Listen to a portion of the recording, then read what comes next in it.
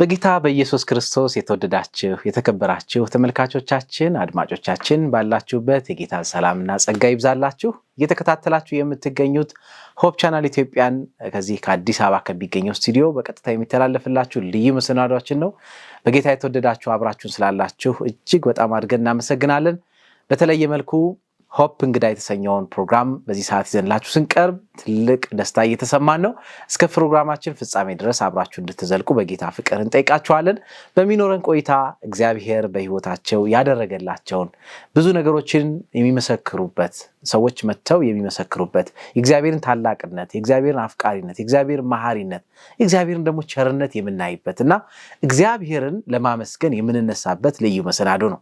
በጌታ የተወደዳችሁ መልካም ፈቃዳችሁ ነው። እናንተም ባላችሁበት ቦታ ሆናችሁ በያዛችኋቸው መሳሪያዎች ከፊት ለፊታችሁ ባሉ መሳሪያዎች እየተከታተላችሁን ስላለ እጅግ በጣም እናመሰግናችኋለን። ዛሬ ይዘንላችሁ የቀረብነው ትንሽ ለየት ያለ ፕሮግራም ነው። ስለዚህ እስከ መጨረሻው ድረስ አብራችሁን ዝለቁ ስንላችሁ እንደምትባረኩበት ተስፋ በማድረግ ነው። እንግዲህ አብራችሁን ቆዩ። በሚኖረን ቆይታ ምናልባት አስተያየት ጥቆማ ቢኖራችሁ ከፊት ለፊታችሁ በምታዩአቸው አድራሻዎች በቀጥታ ልትጽፉልን ትችላላችሁ። ደውሉልን። ስለምታደርጉት ሁሉ ጌታ ኢየሱስ ይባርካችሁ ማለት እንፈልጋለን። በዚህ አጋጣሚ እናንተ ብቻም ሳይሆን ሌሎችም ደግሞ ይህን ፕሮግራም እንዲከታተሉ እና መንፈሳዊ በረከት እንዲያገኙ እግዚአብሔር እንዲያመሰግኑ ምክንያት በመሆን እንድታገለግሉ ለሌሎች ይሄንን ፕሮግራም ሼር እንድታደርጉ እንድታካፍሉ እንድትጋብዙ በዚህ አጋጣሚ እንጋብዛችኋለን። እንግዲህ ከመላው የስቱዲዮ ባለሙያዎች ጋር በጋራ በመሆን ፕሮግራማችን አሁን እንጀምራለን። በጌታ የተወደዳችሁ ዛሬ በተለየ መልኩ በተለያየ የአገልግሎት በሮች ምናልባት ታያቸው ይሆናል ፓስተር ዳዊት ጉዲኖና ወይዘሮ ህይወት ቶማስ በዚህ በስቱዲዮ ተገኝተዋል። አዲስ አበባ የሚገኘው ስቱዲዮ እንኳን ደህና መጣችሁ። በጣም ነው የምናመሰግነው። መኖሪያቸው በሶዶ ወይም ደግሞ ወላይታ ሶዶ ነው ያሉት። ከዛ ነው የመጡት። አገልጋይ ባሪያዎች ናቸው፣ የእግዚአብሔር አገልጋይ ባሪያዎች ናቸው። ዛሬ በተለየ መልኩ በዚህ በስቱዲዮአችን ተገኝተዋል እና ደግሞ የተለዩ እንግዶቻችን ሆነው ስለተገኙ እጅግ በጣም ደስ ነው የሚለን። ስለተገኛችሁ እግዚአብሔር ይባርካችሁ። በጣም አውቃለሁ በጣም አጭር ሰዓት ነው ያላችሁ፣ ግን በዚህ አጭር ሰዓት በረከት የሚሆንን ነገር ጥላችሁልን ለመሄድ ፈቃደኛው ናችሁ። ለተገኛችሁ እግዚአብሔር ይባርካችሁ፣ ጌታ ጸጋውን ያብዛላችሁ። በጣም ደስ ይለኛል። በተመልካቾች ስም ሆኜ ነው ማመሰግነው። እኔ ምናልባት ከማስተዋወቅ ለተመልካቾቻችን በእውነት እዚህ ሲያዩአችሁ እነማን ናቸው የሚል ጥያቄ ይነሳልና እንደ ፓስተር እስቲ አስተዋውቁን ራሳችሁ፣ እንደዚሁ ደግሞ ወይዘሮ ህይወት። እኔ እንግዲህ ፓስተር ዳዊት ጉዲኖ ይባላለሁ። ጌታን አገለግላለሁ። ማገለግልበት ቦታ ሳውት ሴንተር ወይም ደግሞ ደቡብ መካከለኛ ሰበካ በሚባለው ቦታ ነው ጌታን ማገለግለው።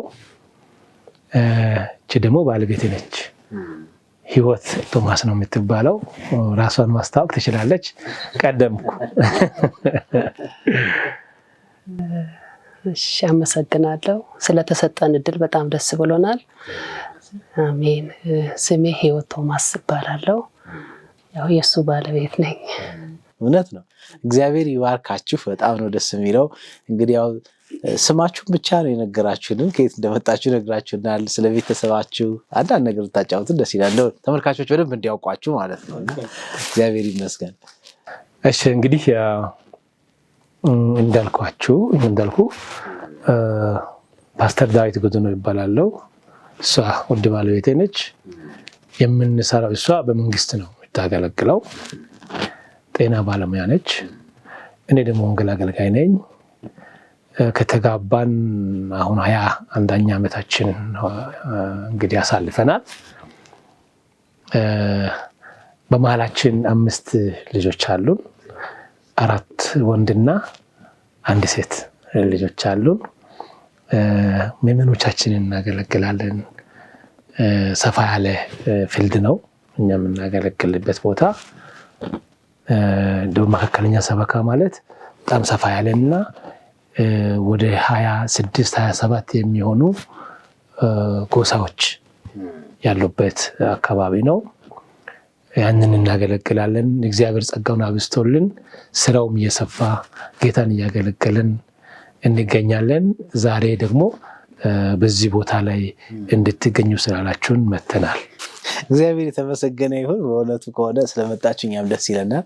እኔ ምናልባት አገልጋይ ፓስተሮችን እንደዚህ ከባለቤታቸው ጋር ሳገኝ መቼ ነው የጋበዝኩ ብዬ ያሰብኩ ነበርና የለም እና ብዙ ጊዜ ፓስተሮችን አገኛለሁ፣ ባለቤቶቻቸውን ግን ብዙ አላገኙና ዛሬ በጣም ደስ ብሎኛል። እኔም ደግሞ ወይዘሮ ህይወት አብራችሁ ስላላችሁ በጣም ደስ ብሎኛል።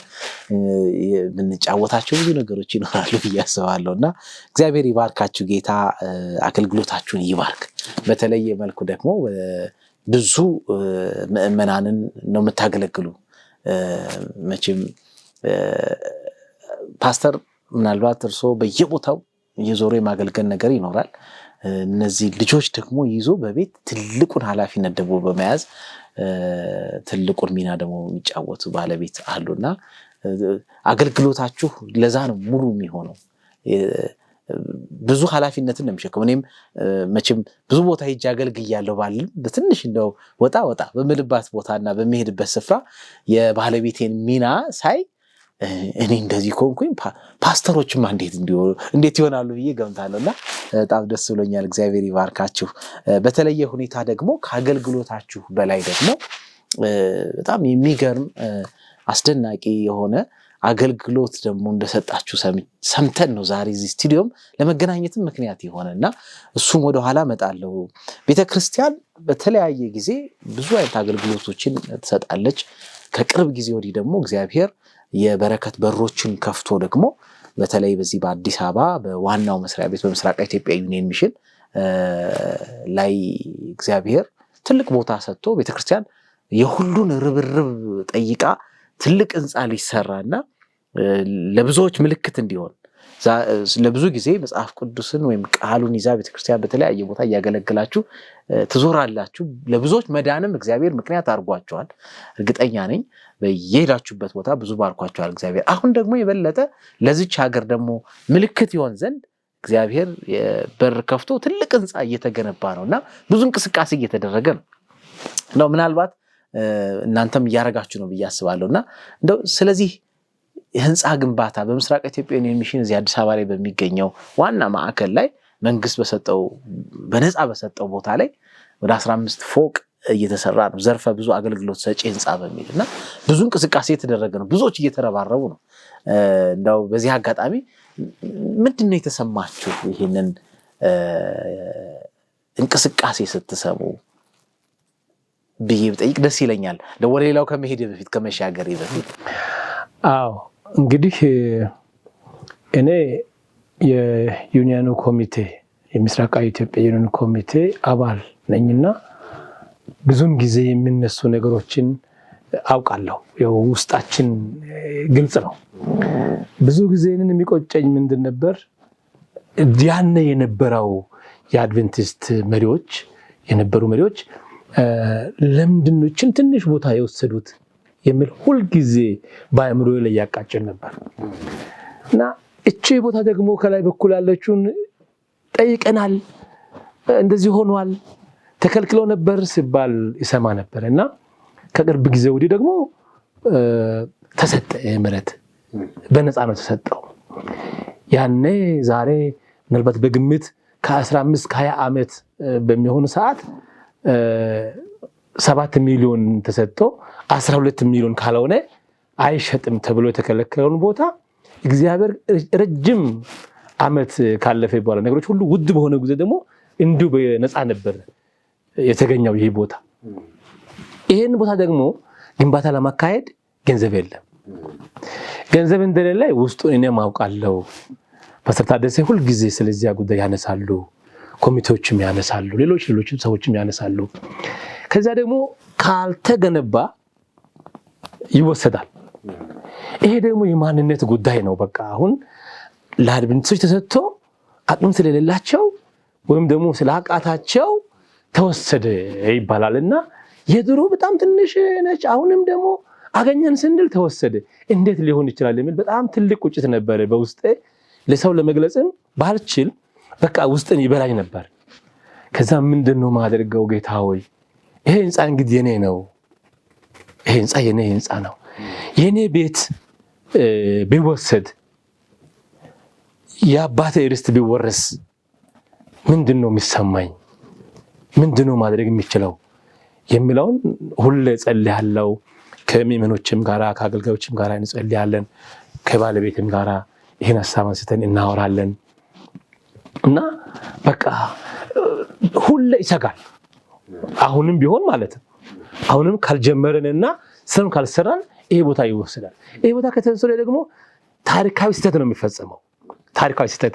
ምክንያቱም እንግዲህ እግዚአብሔር እኛን ስልከን ወክሎን ነው የላከን። የሱን ሚሽን ተልእኮ ይዘን ነው የወጣነውና እንዴት እግዚአብሔር የላከው ሰው ሽንፈት ይገጥማል? ስለዚህ አይ በቃ እኔ እንደውም ለፓስተር ዳርሰ ሁሉ ጊዜ የሚለው ምንድነው ይሆናል፣ ይሄንን እንጨርሳለን፣ አምላክ ይጨርሰዋል የሚለውን እነግረዋለሁ። አይዞ ነው የምለው። ሁሌ ይጨነቃል እሱ። ውጭ ሀገር በሄደበትም በውስጥ ሀገርም በማንም ፊት ሲቆም በቃ ይሄንን ህንፃ ሲያሳይ የሚደግፈው አለ፣ የማይደግፈው ሊኖር ይችላል። ግን በዚያ ሁሉ በቃ ዝቅ ብሎ እንትን ስል እንዴት እንደዚህ ይሆናል? ጌታ ይረዳሃል፣ አይዞ የጠራህ እሱ ነው፣ ያንተ ሳይሆን የእግዚአብሔር ነው ስራው የሚለውን ለፓስተሩ ሳሳስብ ነበርና እኔ ምን ላድርግ የሚለውን በራሴ ምን ላድርግ ጌታ ሆይ ምን ላድርግ ያልኩ ነበር። ምን እናድርግ ያልንም ከሷ ጋር አስበን ነበርና በመጀመሪያ ምንድነው ያልነው የወር ደሞዛችንን እንለቃለን ብለን የወር ደሞዝ ለቀናል። ከዛ ባሻገር ደግሞ እኛን የሚያስተባብረን ወንድም ብስራት ማንደፍሮ የወር ደሞዝ ብቻ ላንተ አይበቃም፣ አንተ ከየትም አምጥተህ 100,000 ብር ጭማሪ መስጠት ይገባል አለ። ደስ ብሎኝ ተቀብያለሁ። ማንን ልጠይቅ የሚለውን ሳስብ በቃ እንዴ ራስን መስዋዕት ካላደረኩ እንዴት ሌላውን ሰው ጠይቃለሁ የሚል ሐሳብ ነበረኝ። ከዛ በፊት ግን በአጋጣሚ ውጭ ሀገር ሄጄ ነበርና ብዙ ቦታ ሰዎች ጋብዞኛል፣ ለአገልግሎት ጋብዞኛል። እዛ በሄድኩበት ስፍራ ሁሉ ትንሽም ትልቅም ስትሄድ ይሄንን ለልጆቼ ይሄንን ለራሴ ለመንገድ ብሎ ሰዎች ሰጥተውኝ ነበርና ትንሽ ብር ይዤ መጥቻለሁ። ያችን ይዤ መጣኋትን ገንዘብ እቺን ያክል አምጥቻለሁ ብዬ ነገርኳት፣ አሳየኋት። ከዛ በኋላ ምን እንዳደርጋለንና አስራት ከፈለን፣ አስራት ሶዶ ቸርች ከፈለንና በቀረችው መሬት ገዛ። ከዛችን መሬት ቤተክርስቲያን እንሰራለን። እኛ አካባቢ በእኛ አቅራቢያ ትንሽ ራቅ ስለሚል እንሰራለን አለንና ታላቅ ልጄንም አማከርኩኝ። ከዛ ምንድነው ያልኩት በዚች መሬት እንደውም ለኛ ቤት ብንሰራ እኛን ደግሞ የምንኖርባትን ቤት ለአምልኮ ብንሰጥ፣ አምልኮ ስለሌለ እችን ቤት ለአምልኮ እንስጥና ባለችን መሬት ቤት ሰርተን ብንኖር የሚለውን ለሷ አቀረብኩ። እሷ አንተ የምትፈልገውን ማድረግ እንችላለን አለች። ታላቅ ልጄ ግን ፓስተር አለኝ፣ አቤት አሁን የ200 ካሬ ሜትር ላይ ያለችውን ለአምልኮ ሲሰጥ ምንድናት እሷ? ለምን ለአምልኮ ሰፋ ያለ ቦታ እግዚአብሔር ከረዳ እኛም አቅም ካገኘን በአቅራቢያ ሰፋ ያለ ቦታ እንፈልጋለን። ይሄንን ለመኖሪያችን ለአምልኮ አትስጥ ያንሳል አለ።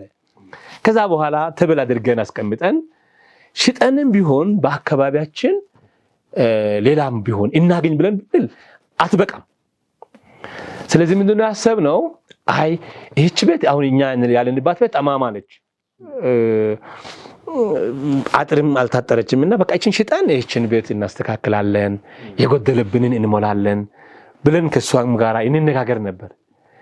ከዛ አሁን ይሄ ህንጻ በመሃል መጣ። ሁሉም ይቅር፣ በቃ እኛ ያለን ሁሉም ይቅር፣ እችን መሬት ለእግዚአብሔር ስራ እንስጥ ብለን አሰብን። እሷም ተቀበለች። ከዛ በኋላ እንደው ምንድነው እሷ ሁሌ እሷ የምትለው እኔ አልቃወምም፣ እኔ የምለውን ደግሞ እሷ ስለማትቃወም ምንም ነገር ባደርግ አትቃወመኝም፣ እኔም ደግሞ እሷ የምትለው አልቃወምምና ቤት አልተነጋገርንም። መድረክ ላይ ሲቆም ውስጤ በቃ እንደው በጣም እንትናለና 100,000 ብር ያለውን እንተው ቤታችንን አሁን ምረታችንን ለእግዚአብሔር እንስጥ የምለውን ጉባኤ ለቁጭ ብላ ህይወት ይሄንን እንደማትቃወም አውቃለሁ፣ እስቲ ምልክት አሳይ፣ ተስማምቻለሁ አለች። አዎ እዛው ጉባኤ ለውና ተስማምቻለሁ አለችና ያው እግዚአብሔር የሰጠንን ነው እኛ የመጣንበት መንገድ በጣም ጌታን የምናመሰግንበት መንገድ መተናል። ስንጋባ ምንም አልነበረንም፣ እግዚአብሔር ባርኮናል፣ አምላክ ሰጥቶናል። ስለዚህ ያለን ትርፍ ምሕረት እያለ የእግዚአብሔር ቤት ስራ ቆሞ እንዴት ማየት ይቻላል?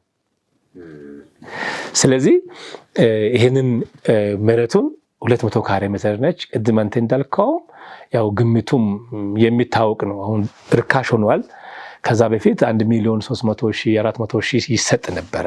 ከዛም በላይ ተሰጥቶ ነበርና አሁን ደግሞ ወርዷል። ገበያው ወርዶ አሁን 800,000 አካባቢ ነው ያለው። ያንን እግዚአብሔር የሰጠንን ከሷ ጋር በመመካከር ለአምላካችን ስራ በኢትዮጵያ ዩኒየን ሚሽን ለሚሰራው ስራ ሰጥተናል። የሚገርምና የሚደንቅ ነገር ነው። እግዚአብሔር የተመሰገነ ይሁን።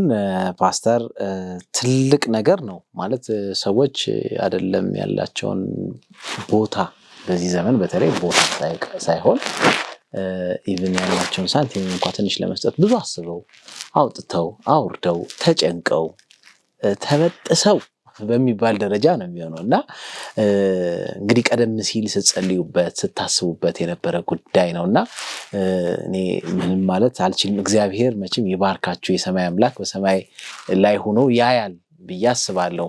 ደግሞ የመጽሐፍ ቅዱስም እኮ መርህ ስጡ ይሰጣችኋል ነው። እኔ ይሄን በር እግዚአብሔር የከፈተው ለበረከት ነው ብዬ አስባለሁና በዛ ውስጥ የሚያልፉ ሁሉ በረከትን ያገኛሉ። እንደው ወደ ሌላው ከመሄዴ በፊት እንደው መልሼ ወደ ወይዘሮ ህይወት ምንጣና ፓስተር እንግዲህ መድረክ ላይ ሆነው ነው ይሄን ነገር ሲናገሩ ወዲያው እጅ እንዴት ነበረ ሁኔታው? ትንሽ ደንገጥብ የማለት አረቆይ ትንሽ እናሰብ የማለት ነገር አልነበረም? ምን አስቀድሞ ምን አይነት እሳቤ ነበረው? ስለ ህንፃ ግንባታው ሲወራ ከሰሙበት ጊዜ ጀምረው ምን ነበረ ሲያስቡ ነበር? ማለት አሁን ያ ነገሩ ሲወራ የህንፃ ግንባታው ሲወራ ደስ ብሎኛል። እውነቱን ባወራ ማለት ነው። ከሱም ጋር ቅድም እሱ እንዳለው ስንጸልይ ቆይተናል።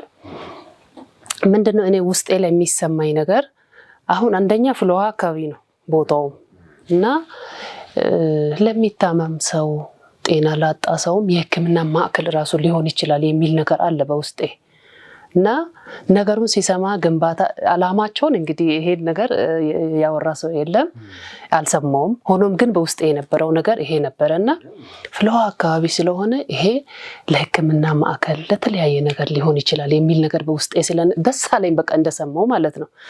እና አሁን ቅድም እሱ እንዳለው ያው የወር ደሞዝም ተስማምተን ከለቀቅም በኋላ አይበቃም የሚል ነገር አለ በውስጤ አለ የሆነ ነገር አለና ያኛውን ቅድም እሱ እንዳለው ለቤተክርስቲያን ግንባታ እኛ ሰፈር ልናረግ ስላሰብን ያው እንግዲህ የተያዘ ነው የሚል ነገርም በውስጤ ስለነበረ ነውና እሱ እንደዛ ሲል አንደኛ እግዚአብሔር ይመስገን። እግዚአብሔር በብዙ ነገር ነው የባረከን፣ በጣም በብዙ ነገር ማለት ነው። እና አውቀዋለሁ፣ ጌታዬን አውቀዋለሁ፣ ብዙ ሲባርከኝ አውቃለሁ። እና እሱ እንደዛ አሁን ብዙን ጊዜ እሱ ገንዘብ ይባክናል ሰው ይላል እንጂ ለዲሃም ይሰጣል። እንዲ ለህንፃም ቢሆን ለቤተክርስቲያን ግንባታ ሲባል ክፍት ነው እሱ በተፈጥሮ ማለት ነው።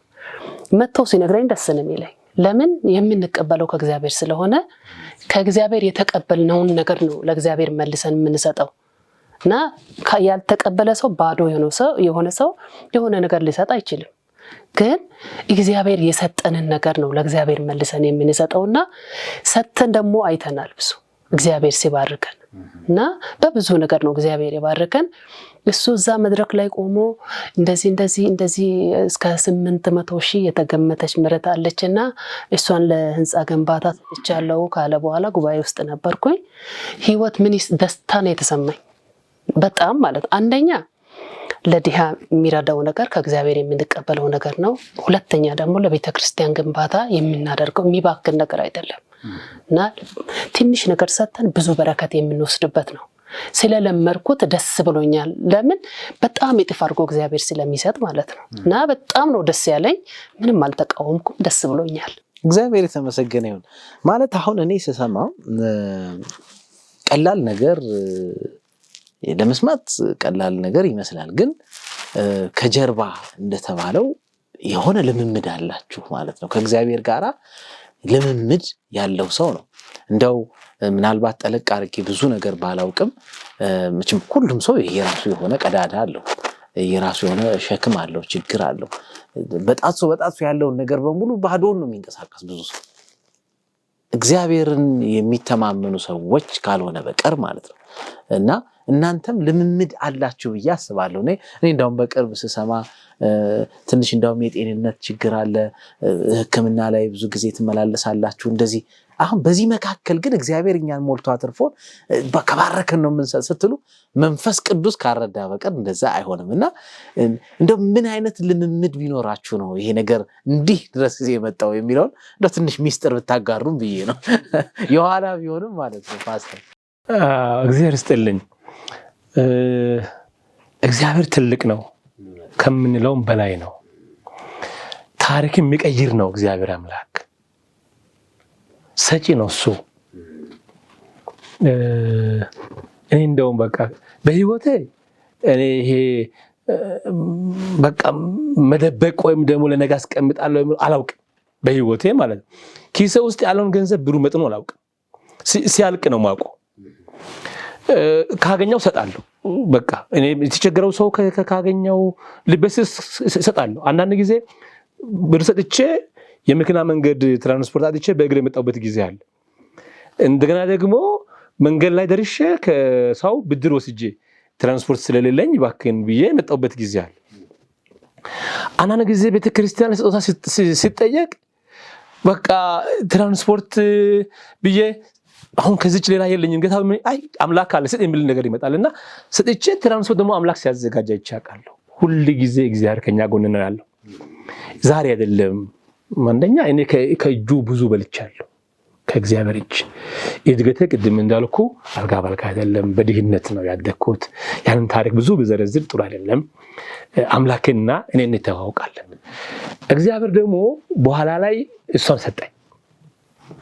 ከእሷ ጋር ህይወት ስንጀምር ከባድ ጊዜ ነበር የጀመርነው። በክራይ ቤት ነው የጀመርነው። የወር አስቤዛም ልንገዛ በማንችልበት ሁኔታ ውስጥ የነበርንበት ጊዜ ነበር።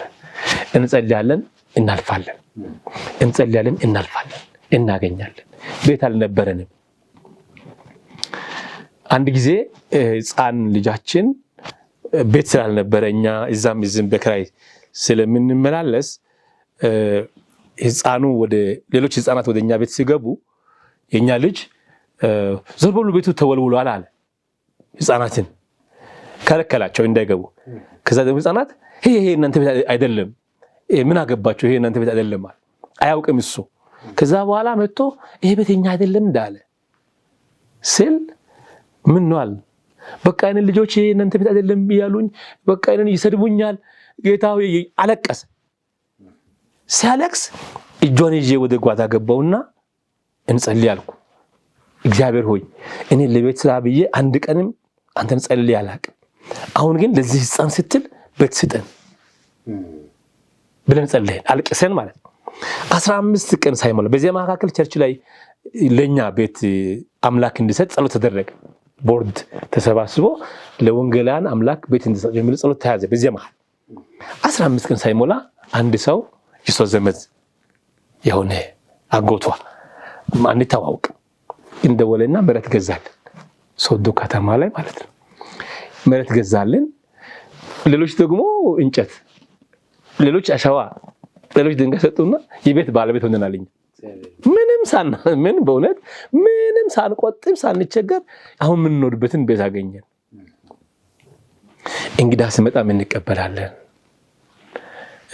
እንደገና ደግሞ ያለንን እናካፍላለን።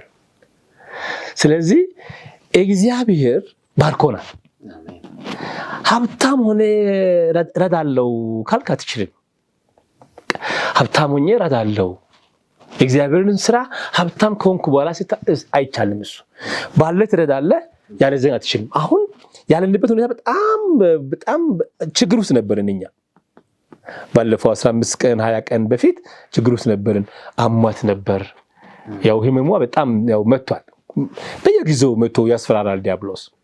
በህመሟ በኩል ይወጋናል። ግን እግዚአብሔር ሆይ ስንል ይመታል፣ ዲያብሎስ ይመታል። ከዛሬ 10 ዓመት በፊት ትሞታለች ተብላ ነበር። እግዚአብሔር ሆይ አልነው፣ ጤናዋን መለሰ። አሁን ደግሞ በጣም ታመመች።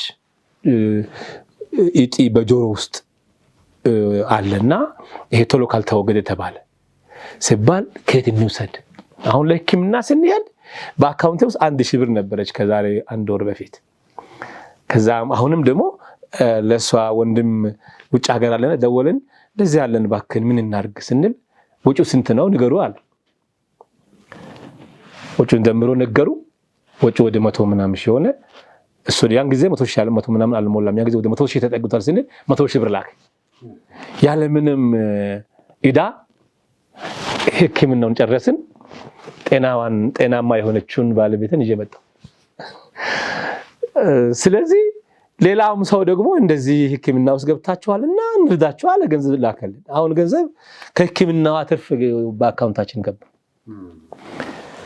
ይሄን ለሚያደርግ አምላክ እኛ አሁን በሕክምና ላይ አለን ተቸገረን ብለን ለሰዎች ብንናገር እንቀበላለን ገንዘብ። ለሰው ለምንድን ነው ይሄ የሚሆነው? እንደሚታወቀው ሰው ሴንትራል ላይ የሕክምና እርዳታ የለን፣ 5 ሳንቲም አንረዳም። ግን አምላክ ይረዳኝ። ብትሞትስ ይሄንን ምሕረት እኔ ያገኛለሁ። እሷ በህይወት እያለች ጤናማ ሆና አንድ ላይ ከሷ ጋር ይሄንን ምሕረት ለእግዚአብሔር መስጠት ለኔ ትልቅ በረከት ነው። ለአሁን ምንድነው ማስበው? ጭማሪ ጌታዊ አንተ እንደውም ስጠኝ እሰጥሃለሁ ያልኩ ነው እግዚአብሔርን። ምክንያቱም ይሄንን ለዚህ ህንጻ አሁን አላበቃም። ምክንያቱም ይሄ ህንጻ እስከሚያልቅ ድረስ እግዚአብሔር በረዳኝ መጠን እሰጣለሁ። ምክንያቱም እጁን ለምደናል። አሁን ቅድም እሷ እንዳለችው ጌታ በሁሉ ነገር ነው የባረከን። ስንታመም ጌታዊ ስንል ይፈውሰናል፣ ከሞት ታድጎናል፣ ጤናማ አድርጎናል፣ ጤናማ ልጆችን ሰጥቶናል። ቤታችን በደስታ ነው ያለው። ምን ጎደለን እኛ? እግዚአብሔር ይመስገን። በዛ ደግሞ የእግዚአብሔር ቃል ከሚቀበል ይልቅ የሚሰጥ የተባረከ ነው ይላልና እኔ ተቀብዬ ማውቃለሁ፣ ሰጥቼ ማውቃለሁ። ለኔ ይሄ አዲስ አይደለምና አምላኬን አመሰግናለሁ። እንደውም ትንሽ ነች ነው የምለው። እግዚአብሔር የተመሰገነ ይሁን። በጌታ የተወደዳችሁና የተከበራችሁ ተመልካቾቻችን እየተከታተላችሁ የምትገኙት ሆፕ ቻናል ኢትዮጵያ ላይ የሆፕ እንግዳን ልዩ መሰናዶ ነው። በዚህ መሰናዷችን የሳውዝ ሴንትራል ወይም ደቡብ መካከለኛ ኢትዮጵያ ሰበካ በምስራቅ ኢትዮጵያ ዩኒየን ሚሽን አድቬንቲስት ቤተክርስቲያን ማለት ነው ሰበካ መሪ ናቸው። ከባለቤታቸው ከወይዘሮ ህይወት ቶማስ ጋራ በዚህ በስቱዲዮአችን ይገኛሉና የመገኘታቸው ምክንያት ደግሞ በግድ አመተን ምክንያቱም እንዳሉት እነሱ እግዚአብሔር ከሰጠን ለሱ መስጠት በረከት ነው በሚል ቤተክርስቲያን ይዛው ያለችውን ትልቅ ፕሮጀክት በመደገፍ ያላቸውን ካላቸው ላይ ሳይሆን ለኔ ያላቸውን አውጥተው በልግስና ለዚህ ህንጻ ግንባታ ለቤተክርስቲያን ጥሪ ምላሽ ሰጥተው እጅግ በጣም ተደንቀን እግዚአብሔርን እያመሰገን እንዴት ሆነ እያልን እየጠየቅናቸውና ብዙ በረከት እያገኛችሁ እንደሆነ ተስፋ አድርጋለሁ። ቀደም ሲል እንግዲህ ያነሳ ነው ብዙ ጉድለቶች አሉ። በእነዛ ጉድለቶች መካከል ላይ እንዴት እንዲል ታረጉ ቻላችሁ? ምን ያህል እግዚአብሔርን ብትለማመዱት ነው ብለን ጠይቀን ነበርና ፓስተር ዳዊት ብዙ ነገሮችን ነግረውናል። ምናልባት ህይወት እዚህ ላይ የሚጨምሩት ነገር ካለ ደስ ይለኛል። እንደተባለው ብዙ ወጪዎች አሉ። እንደውም አሁን እንዳላችሁት እኮ በጣም ወዲያው ከእጅ ወደ ካፍ እንደው ከእጅ ወደ አፍ በሚባል ደረጃ ማለት ነው የሚሆን ነገር ነው ያለው። ግን በዛ መካከል ግን ደግሞ ይሄን የእግዚአብሔር ይበልጣል ብሎ መስጠት ትልቅ እና መንፈሳዊነት ነውና እንደው ይሄ ከየት የመጣ ነው የሚለውን ሚስጥር ነው እንግዲህ ፓስተር ጫፍጫፉን ነግሮናል። እርሶስ ምን ያህል ማለት ቅድም እሱ ብዙ ነገር ተናግሯል። ገና ስንገናኝ ምንም ነገር አልነበረንም።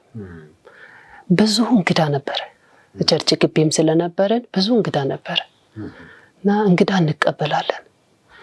በምንድነው ብለን አሁን ቁጭ ብለን ስናስብ ደሞዙ ትንሽ ነበረ፣ ሁኔታዎቹ ከባድ ነበሩ፣ የተጋባንበት ጊዜ ነበረ፣ ዕዳ ነበረብን፣ ብዙ ነገር አለ። አሁን ነው ቁጭ ብዬ ሳስብ ያንን ጊዜ በዛች ደሞዝ እንዴት አለፍን ብዬ የማስበውና እግዚአብሔር ካንተ ጋር ካለ ሁሉ ነገር የሚያስደንቅ ነው የሚሆነው እና በቃ አልተቸገርንም።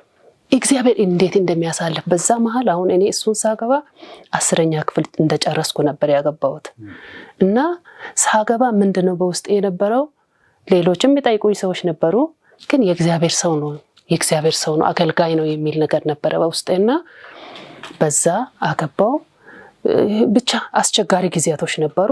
በዛ ሁሉ እግዚአብሔር እንዴት አንከባሎ እንዳሳለፈን እንዴት እንዳሻገረን የእግዚአብሔር ስራ ይደንቃል እና በቃ እንግዳ ስንቀበል እናንተ በዚህ ደግሞ ሰው እንደዚህ ወጥቶ እንደዚህ ገብቶ እንዲህ በሚኖርበት ጊዜ የሚሉ ሰዎች አሉ፣ አገልጋይ ሆኖ ራሱ ማለት ነው።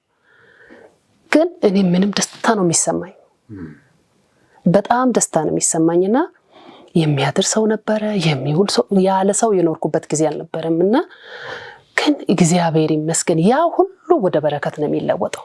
በእውነት ወደ በረከት እግዚአብሔር እጥፍ አድርጎ እየሰጠን ያመጣን እና አሁን እሱ ቅድም እንዳለው ያኔ ከ10 ዓመት በፊት ዲስክ መንሸራተትም ነበረ፣ ብቻ ብዙ አሞኝ ነበረ።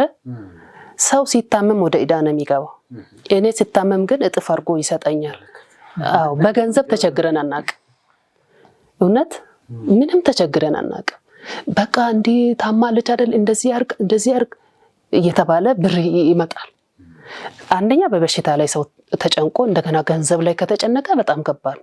ጌታን በደንብ አይተነዋል እኛ።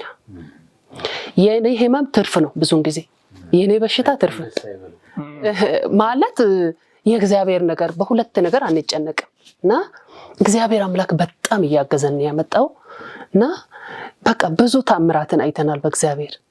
ስለዚህ አንሰጋም። ትንሽ ነገር ሰተን ብዙ ነገር እንደምንሰበስብ ውስጥ ያምናል፣ እሱም ያምናል። እሱ ብዙ ሰው እሱን ሲያወራ እሱ ይበትናል እኮ ነው የሚሉት። በበተነው ቁጥር እጥፍ አድርጎ ደግሞ እግዚአብሔር ይሰጣል እና እኔ የሚለው ነገር ምንድነው እግዚአብሔር በረዳን መጠን እኛ አገልጋዮች ባንሆንም ክርስቲያኖች ሆነን በተቻለ መጠን ድሃን ለመርዳትና ቤተክርስቲያን ላይ በሚሰራው ነገር በቃ ያለንን ነገር በመስጠት ከክርስቶስ ትልቅ በረከት ማግኘት እንደምንችል ነው ማስበውና ሌሎችም ሰዎች ሰጥተው ክርስቶስን ይዩ። ለክርስቶስ ትንሽ በመስጠት እጥፍ አድርጎ እግዚአብሔር እንዴት እንደሚሰጥ እንደሚክስ ከክርስቶስ መማር ይችላሉ እና መውሰድ መቀበል ይችላሉ እና ምንም ለክርስቶስ የምንሰጠው ነገር ሌላም በረከት ያመጣል እንጂ ምንም የሚያሳስብ ነገር የለም። መስጠትን መልመድ ጥሩ ነው የሚለውን ነገር ነው። እውነት ነው። እግዚአብሔር የተመሰገነ። በጣም ነው የማመሰግነው። ተመልካቾቻችን እንግዲህ ቀደም ሲል እንዳልኩት በምስራቅ ኢትዮጵያ ዩኒየን ሚሽን በዋናው መስሪያ ቤት አጠገብ ከብዙ ጊዜ በኋላ እግዚአብሔር በራሱ ሰዓት ቤተክርስቲያን ስራዋን እንድታስፋፋበት መንግስት እግዚአብሔር መንፈስ ቅዱስ ቀርቧቸው በነፃ በብዙ ሚሊዮን ብር ሲገመት የነበረውን ቦታ ተሰጥቶ ዛሬ የቤተክርስቲያን ህንፃ እየተገነባ ነው። በዛ ውስጥ ብዙዎች እጃቸውን በመስደድ አሻራቸውን እያስቀመጡ ነው። በታሪክ መዝገብ ላይ ስማቸውን እንዳውም ስሜ ተጽፏል ወይ የሚል ስሎጋን ነው ያለው። ስሜ ተጽፏል ወይ እኔ 5ም 10ም 1 ብሎኬትም 2 ብሎኬትም ሲሚንቶም ምን እያመጣን ለብዙዎች ምስክር እንዲሆን የሚቆምበት ስራ እየተንቀሳቀሰ ነው የሚገኝና በዚህ ውስጥ ብዙዎች ከተጠበቀው በላይ እያደረጉ ነውና በዛ ውስጥ ካሉት ደግሞ የቤተክርስቲያን አገልጋዮች ግንባር ቀደም በመሆን ካላቸው እንዳውም ሁሉንም በሚባል ደረጃ መልሰው ለቤተክርስቲያን የሰጡት እነዚህን አገልጋዮችን በእናንተ ስም እኔ በጣም ማመሰግነው። እግዚአብሔር ይባርካችሁ። ይሄ የምናመልከው አምላክ ያው አምላክ ነው። እጥፍና ድርብ አድርጌ ሰጣለሁ ብሏል። ስጡ ሰጣችኋል። እንደውም የተነቀነቀ መስፈሪያ ነው አይደለም የሚለው በተጨቆነ ይላልና ያንን አድርጎ ደግሞ እንደገና በዚህ ስፍራ እንደምንገናኝ ተስፋ አደርጋለሁ። ያን ያረጋል ብዬ አስባለሁ። ጌታ ይባርካችሁ። እንደው በዚህ አጋጣሚ ፓስተር ይቺ ቤተክርስቲያን እንደ ዝም ብላ የሰዎች ስብስብም አይደለችም። በተልኮ እግዚአብሔር ያስቀመጣት ናት ብዬ አምናለሁና ምንድነው አሁን ለእናንተም ይሄ ነገር ተሰርቶ መታየት አለበት፣ መቆም አለበት። የኛ ይቅር እዛ ላይ ተሰርቶ ይቁም ስትሉ ምን እንዲቆም የፈለጋችሁበት ምክንያት ምንድነው? ከተልኮ አንፃር ነው ከምን አንፃር ነው የሚለውን አንስተን ብናልፍ ደስ ይለኛል። ምንድነው የሚሰማችሁ በዚህ ዘመን ይህች ቤተክርስቲያን ያላት ሚና፣ ለዚህ ህዝብ ለዚች ሀገር ያላት ምን ሚና ነው ያላት ብላችሁ ታምናላችሁ? ፓስተር በነገራችን ላይ የሰው ብዛት አይደለም የሚሰራው፣ ሀብታም ተሰብስቦ አይደለም የሚሰራው፣ እግዚአብሔር ነው የሚሰራው። ይሄ ህንፃ ይሰራል፣ ያልቃል። ፍቃዱ ቢሆን እኛ እናያለን በዓይናችን፣ ባይሆንም ደግሞ ቀጣይ ትውልድ ያያል። ለኔ አሁን ይሄ ቅድም ብያለሁ ህልውና ጉዳይ ነው ብያለሁ። በሁለተኛ አንድ አባባል አለ፣ ሚሻይ ሞተውነ ሞጎነ ደስ የሚባል ነገር አለ። እንግዲህ ሊሳን ሆኖብሃል። ምን ችግር አለ? ሊሳን ሆኖብሃል እና ገንዘብ ስኖርህ አንደኛ በህሊና ላይ የመጣ ክስ ካለ ያን ገንዘብ ውጪ ታደርጋለህ። ያለህን ሁሉ በህሊና ላይ የመጣ ክስ ካለ እንግዲህ ብለህ አታውም። አቅም ካለ ለዚያ ሁሉ ነገር ታውላለህ። ሁለተኛው ደግሞ ሞት ሲመጣ አይ ገንዘብ የለምና እንግዲህ ሬሳ አስከሬን እናቆያለን አይባል። ያለው ነገር ሁሉ አውጥተህ ያንን የቀብር ጉዳይ ትጨርሳለህ። ስለዚህ ያንን ገንዘብ ኖሮ ለዚያ ለሁለቱ ነገር ነው የሚሉት የኛ ሰዎች። ለአንዳንድ ጊዜ ህሊና ለሚመጣው ነገሮች ከባድ ናቸው። ይሄ ህንፃ ለኔ እንደራሴ በህሊናችን ላይ ነው የመጣው። በሰባተኛ ቀን አድቬንቲስት ጉዳይ ላይ የመጣ የኔ ጉዳይ ነውና አሁን ይሄ ህንፃ ወይ ይወሰዳል ወይ ይሰራል። ስለዚህ አይወሰድም። ለምንድን ነው የማይወሰደው? እግዚአብሔር መንገድ አለው። እኛ ብዙ ስለሆነ አይደለም። እግዚአብሔር ታምር ይሰራል። እግዚአብሔር ታምር የሚሰራው የአሕዛብ ገንዘቦች ይመጣሉ ወደዚህ፣ የህዝብ ገንዘብ ወደዚህ ይመጣል። እንደውም አሁን ገንዘብ በዓለም ዙሪያ ብዙ ገንዘቦች አሉ። እንግዲህ ዶላር ብንለው፣ ፓውንድ ብንለው፣ ዩሮ ብንለው፣ ሽሊንግ ብንለው፣ ኢትዮጵያ ብር ብንለው፣ ሌሎችም ብሮች እነዚያ ሁሉ እየተንጎዳጎዱ ይመጣሉ። ለምን? እዚህ ጋር ያለው ጉዳይ የእግዚአብሔር ስራ ነው። ምክንያቱም በኢትዮጵያ ውስጥ የኢትዮጵያ ዋና ከተማ በሆነችው በአዲስ አበባም ደግሞ በዋና ከተማ እምብርት ላይ ያለው ጉዳይ የኛ መስሪያ ቤት እዛው እምብርት ላይ ነው ያለው። ይሄንን እምብርት ላይ ያለውን ቦታ ትተን እንግዲህ ሽንፈት ገጥሞን እንድንወጣ አምላክ ይሄን አያደርግም። እንደው አንዳንድ ጊዜ ለምንድን ነው 15 ብቻ ያደረጉት? ወደ ላይ 15 ማለት ምንድን ነው? ከኛ ፊት ለፊት ያለው የኢትዮጵያ ንግድ ባንክ ህንፃ ወደ ላይ ስንት ነው? 50። አሁን የኛን በፐርሰንት ብናስቀምጠው የዚያ ምን ያህል ትሆናለች? በጣም ትንሽ ነች። እና እንደው 15 ብቻ ለምን 30 ለምን አላደረጉም? ለምን አይጨርስም እግዚአብሔር? ለምን ተአምር አምላክ ይሰራል። ስለዚህ ምንድነው ለኔ ይሄ ጉዳይ የህሊናችን ጉዳይ ስለሆነ እንሰራለን። የአምላክ ጉዳይ ስለሆነ ደግሞ እንሰራለን። ጉዳዩ የአምላክ ነው። ለአምላክ እንስጥና ተአምር እናያለን። እግዚአብሔር ስራውን ይሰራል። ስለዚህ ለሌሎች ሰዎች መናገር የሚፈልገው ምንድነው? ምናልባት እንስጥ፣ ለእግዚአብሔር ነው የምንሰጠው። እንግዲህ አሁን ኢትዮጵያ ዩኒየን ሚሽን ዋና ቢሮ ለልመና ወደ እኛ ሲመጣ ይሄ በጣም ከባድ ነገር ነው። ተቸግሮ ነው ሰው እየጠየቀ ያለው። ስለዚህ በችግር ጊዜ ለችግር ጊዜ የማይሆን ገንዘብ ለመቼ ነው የምኖረው? ለእግዚአብሔር የማይሆን ገንዘብ ለመቼ ነው የምኖረው? እንዴት ሰጪውን እንነፍጋለን? እግዚአብሔር ሰጫችን ነው። ስለዚህ እንደ አንዳንድ ጊዜ እኔ ድሃ ነኝ ይላሉ። እኔ ድሆችን ከድህነት ለመውጣት ከተፈለገ ያለንን እንስጥ መጀመሪያ፣ ከዛ በኋላ ሰጥቻለሁ ብለን እንጠይቀው። እግዚአብሔር አምላክ ከድህነት ማውጫ መንገድ ያለው በእግዚአብሔር ዘንድ ነውና እንስጥ፣ እግዚአብሔርም ይሰጠናል። እስቲ እንደራደር፣ ከእግዚአብሔር ጋር እንወራረድ። እግዚአብሔር ያደርጋል። ደግሞ የኔ ብለን እንውሰድ። ሁላችንም የኔ ካለን እግዚአብሔር ያደርገዋል። ድንቅን ይሰራል እግዚአብሔር አምላክ። እኔ ለዚህ ጉዳይ በጣም እኔ እንዲህ እንዲሆን ያደረገች አንድ ታሪክ አለች። እኛ አካባቢ አንዲት ልጅ ከወላይታ ልጃገረድ ሆና እዚህ ትመጣለች። አዲስ አበባ ትመጣና ስራ ትፈልጋለች። ስራ ፈልጋ ስራ አላገኘችም። መጨረሻ ላይ ምንድን ነው ያለችው? ይሄ ኮብል ያን ጊዜ በሚጠረብበት ጊዜ ኮብል ትጠርብ ነበር። ኮብል የጠረበች ታጠራቅማለች። በዚያች ገንዘብ ባል አገብታ ቤት ሰራች፣ በባሏ አባት መሬት ላይ።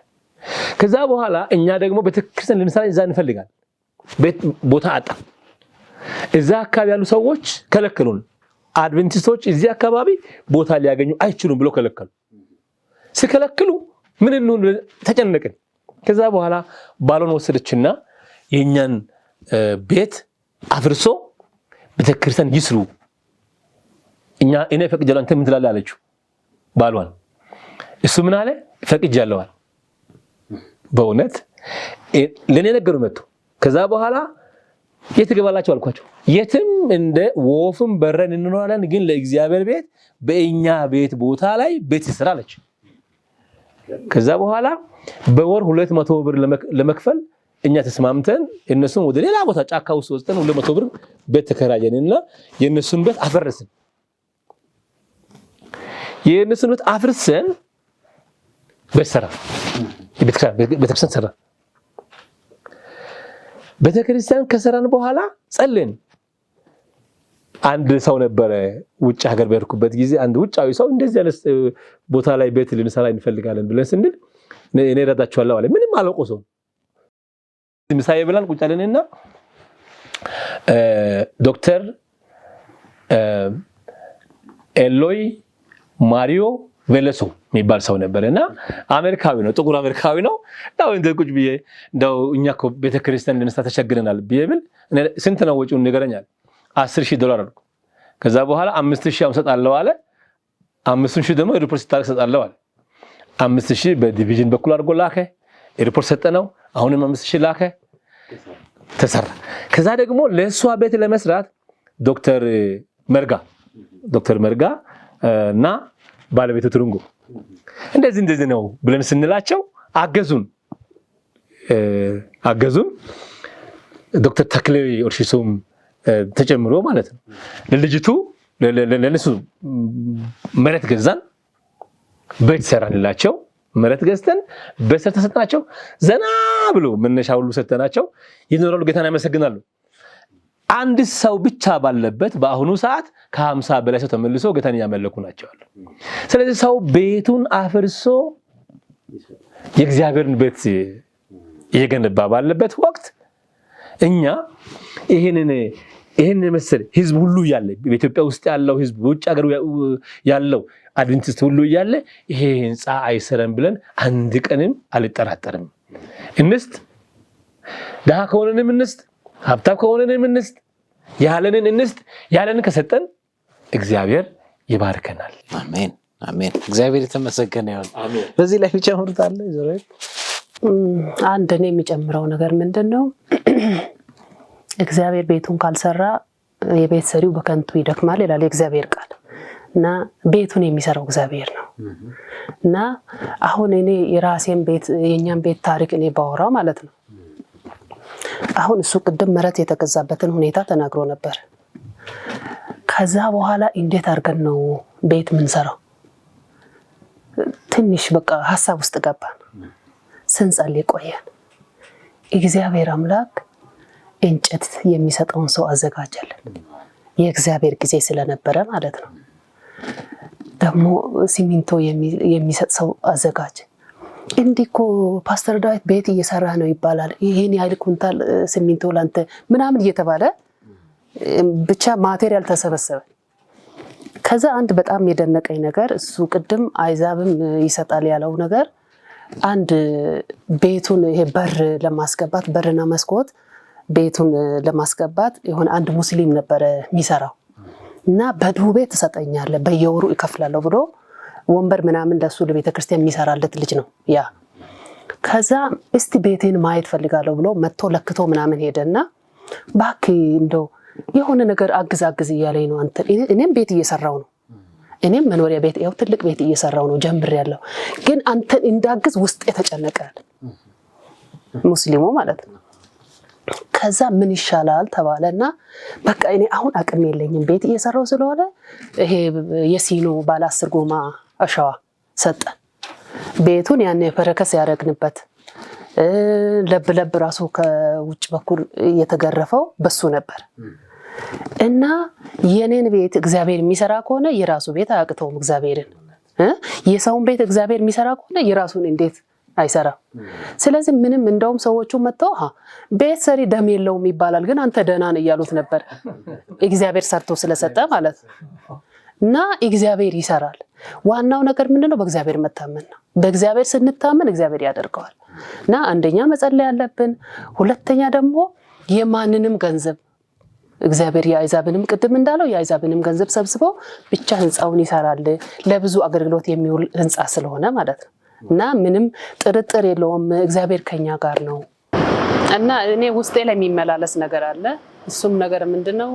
ከሱ ጋር ባልመካከርም ማለት ይህ አሻራ የልጆቼም ቢሆን አሁን እኛ 5 ልጆች አሉን በእነሱ ስም የተወሰነ ነገር የነሱም አሻራ ማረፍ ስላለበት ማለት ነው።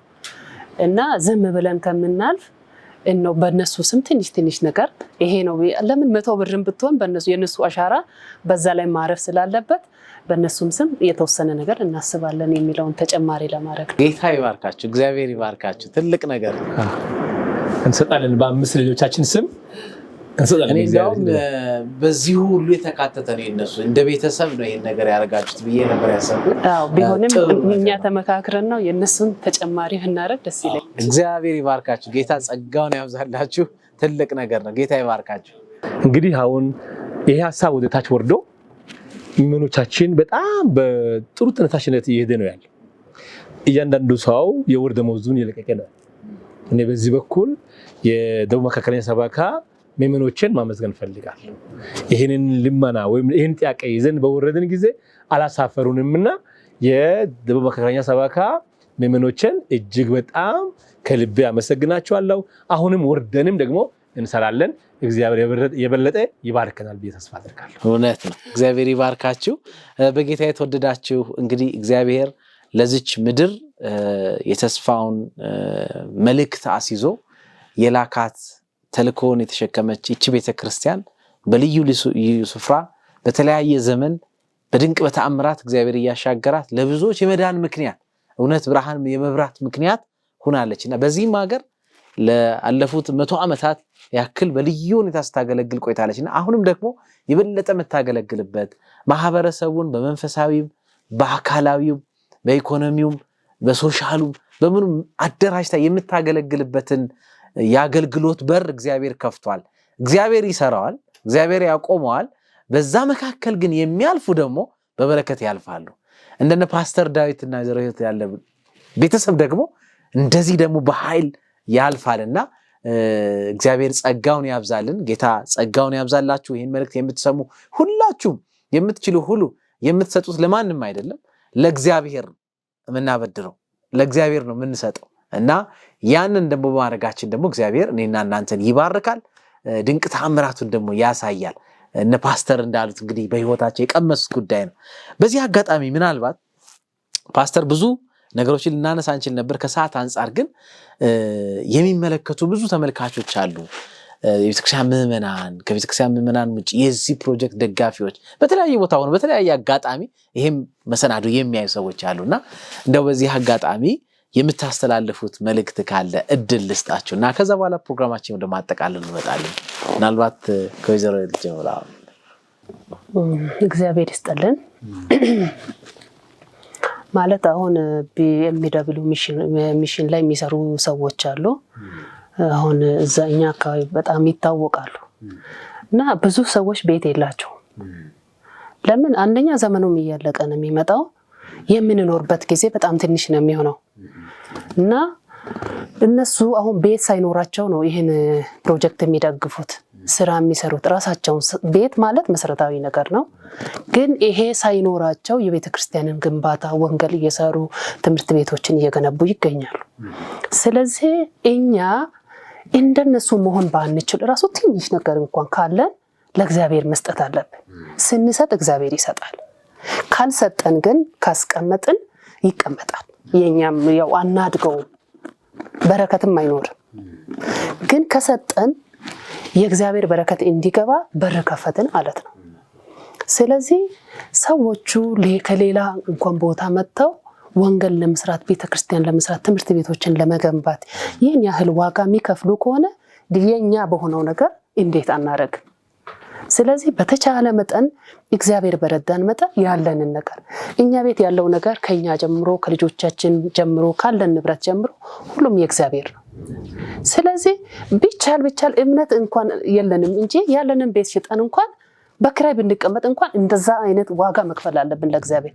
ኢየሱስ ክርስቶስ ለኛ ትልቅ ዋጋ ስለከፈለ ማለት ነው። ስለዚህ የምንሰጠው ነገር እግዚአብሔር ስለሰጠን ስለምንሰጥ ከሰጠው ስለምንሰጥ በተቻለ መጠን ለእግዚአብሔር በምንሰጠው ነገር አንከስር። ስለዚህ በረከት ለመቀበል የሚፈልግ ሰው ያለውን ነገር መስጠትና ስራ ላይ ማዋል አለበት እና ይህን እንድናደርግ የሚያደርገን ደግሞ መንፈስ ቅዱስ ነው። እግዚአብሔር አምላክ መንፈስ ቅዱስን ይስጠን። መንፈስ ቅዱስ በውስጣችን ካለ በቃ አይገድበንም። የእግዚአብሔር እንደሆነ እናውቃለን። ያለን ነገር የጌታ ነው ብለን ለእግዚአብሔር እንሰጣለን። ስለዚህ ዋናው ነገር ምንድነው? መንፈስ ቅዱስ በእኛ ውስጥ መግባት ማደር አለበትና ይህን እንድናደርግ እግዚአብሔር አምላክ ይርዳን። አሜን። ትልቅ መልእክት። እግዚአብሔር ይባርክልን ፓስተር። አንደኛ ስለዚህ ጊዜ እግዚአብሔር ይመስገን። እግዚአብሔር እኛን እየፈተነ ነው ያለው። ሊፈትነን ፈልጓል። ሊባርከንም ሊፈትነን ፈልጓል። ስለዚህ አሁን ለተመልካቾቻችን እኔ የምለው ምንድነው? አንደኛ ይህንን ህንፃ ለመስራት ሁላችንም እጅ ለእጅ መያያዝ አለብን።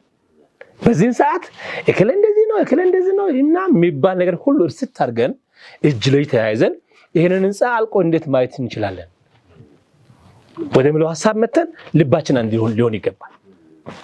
ምንም በዚህን ሰዓት የተኮረፈ ያዘነ የተጣላ ምንም አያስፈልግም። ዓላማችን በእግዚአብሔር ስራ ላይ ማተኮር አለብን። ሁለተኛ መጸለይ አለብን። በደንብ መጸለይ አለብን። ያለ ጸሎት አይደለም ይሄን መሰለ ህንፃ ምንም ነገር ማድረግ አንችልም። ስለዚህ ጸሎት ይታወጅላል። ሌላው በቃ እግዚአብሔር ሆይ መስጠትን አስተምረኝ ብለን እግዚአብሔርን ከጠየቅን እንሰጣለን። ጌታ ሆይ መስጠትን መማር እንድችል ያለኝን መቁጠር እንድችል እርዳኝ ካል አሁን እኔ ኩላሊቶቼ ጤናማ ናቸው። አንድ ኩላሊት ተበላሽቶብሃል ቢባል ምንም ያለኝ ቢያልቅ ማንም አይቆጥረው። ስለዚህ እግዚአብሔር ኩላሊቶቼን ጤናማ አድርጓል። 5 ልጆች አሉኝ። 5ቱም ልጆች ጤናማ ናቸው፣ እግዚአብሔር ይመስገን። በሆስፒታል አይደለንም ያለነው።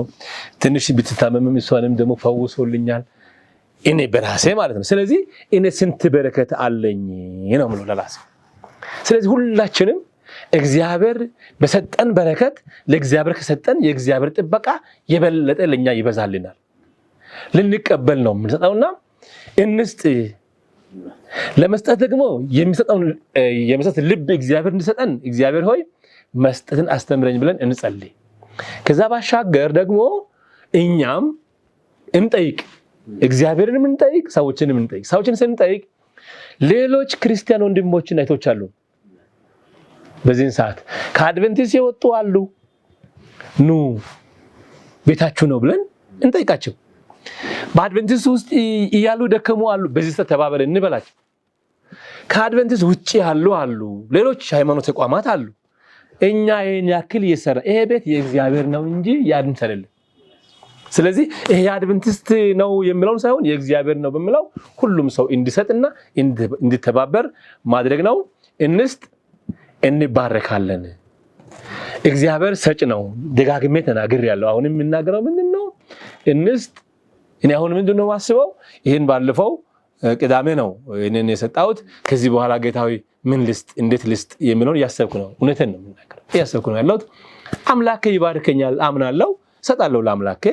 ምክንያቱም በምንሰጠው ልክ ሁሉ አምላክ ስለሚባርከን ወገኖች ሆይ ጊዜው አልቆ ገንዘባችን ድንጋይ ሳይሆን ገንዘባችን አሻዋ ሳይሆን ገንዘባችን ዋጋ ቢስ ሳይሆን አሁን ይሄንን ህንጻ ሰርተን ለእግዚአብሔር ክብር በሚሆን ሁኔታ ጨርሰን ጌታን እናመስግን። ምናልባት አንዳንድ ጊዜ ጊዜው አልቋል ትላላችሁ፣ ይሄን ለምን ትሰራላችሁ ሰዎች አሉ።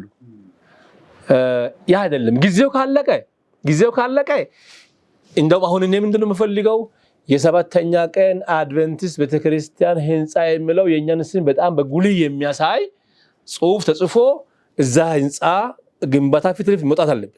በጣም ጉልህ። ምክንያቱም አቅቶን ስደቱም ከመጣጥለን ከሄድን አድቬንቲስቶች ይሄን እየሰሩ ተሰደዋል የሚለውን መልእክትም ለሚመጣው ትውልድ ወይም ደግሞ ለሚኖረው አካባቢ እኛን ለሚያሳድዱም መልእክት አስቀምጠን ነው የምናልፈው። ስለዚህ ዘመን አልቋል ለሚሉ ሰዎች እባካችሁ ዘመን አልቋል ብለን ስራ አናቆምም። እየሰራን መምጫውን እንጠብቃለን። ያለንን ደግሞ ሁሉ እንስጥ። እግዚአብሔር ይባርከናል። አሜን አሜን አሜን አሜን። እግዚአብሔር ይባርካችሁ። ትልቅ መልእክት ነው። ቤተክርስቲያን እንግዲህ ስሜ ተጽፏል ወይ እያልን ሁላችንም እንድንጠይቅ በዚህ ታሪካዊ ስራ ውስጥ እግዚአብሔር በዚህ ታሪክ አጋጣሚ መካከል ላይ በዚህ ዘመን እንድንኖር አድርጓል። ባርኮናል። እግዚአብሔር የሰጠን ብዙ ነገር አለ። በዛ መካከል ለእግዚአብሔር የሚሆነውን ደግሞ ለእግዚአብሔር በመስጠት በተለየ መልኩ የበረከት ተካፋይ እንድንሆን የእግዚአብሔርን በረከት በውስጣችን እንዲሰማን እግዚአብሔር በር ከፍቷል ብዬ አስባለሁና በዚህ በር ውስጥ ደግሞ የገቡ ሰዎችን አግኝቼ ደስ ብሎኛል። እግዚአብሔር ይባርካችሁ። ጌታ የበለጠ እንዲባርካችሁ ጸሎታችንና ምኞታችን ነው። አሁንም ደግሞ የምትሰጡትን ይሰጣችሁ ዘንድ ጸሎቴና ምኞቴ ነው። አብራችሁን ስለቆያችሁ እግዚአብሔር ይባርካችሁ። በዚህ አጋጣሚ ተመልካቾቻችን ከስር አድራሻው አለ። የበለጠ መረጃ ማግኘት ለምትፈልጉ አድራሻውን ተጠቀሙ።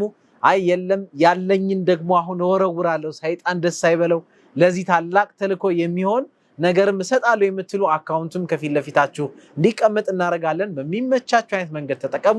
እግዚአብሔርን አገልግሉ። ወደ እግዚአብሔር ቤት ግንባታ ኑ ተሳተፉ። ስማችሁ በታሪክ መዝገብ ላይ ተጽፎ ቁጭ ይላል። ያን ማድረግ እንድንችል እግዚአብሔር ይርዳን። ፓስተር እንግዲህ አገልግሎታችሁን ይባርክ። ቀሪ ዘመናችሁ የተባረከ ይሁን። እግዚአብሔር ደግሞ እንዲባረከን ብላችሁ ደግሞ እንደገና በዚህ ስፍራ እንደምንገናኝ ተስፋ አደርጋለሁ። የጌታ ጸጋ ይብዛላችሁ። ተመልካቾቻችን እናንተም አብራችሁ ስለቆያችሁ እግዚአብሔር ይባርካችሁ። በሌላ መሰናዱ እንደገና እስከምንገናኝ የጌታ ጸጋ ከሁላችንም ጋር ይሁን። ሰላም ሁኑልን። እግዚአብሔር ይስጥልን።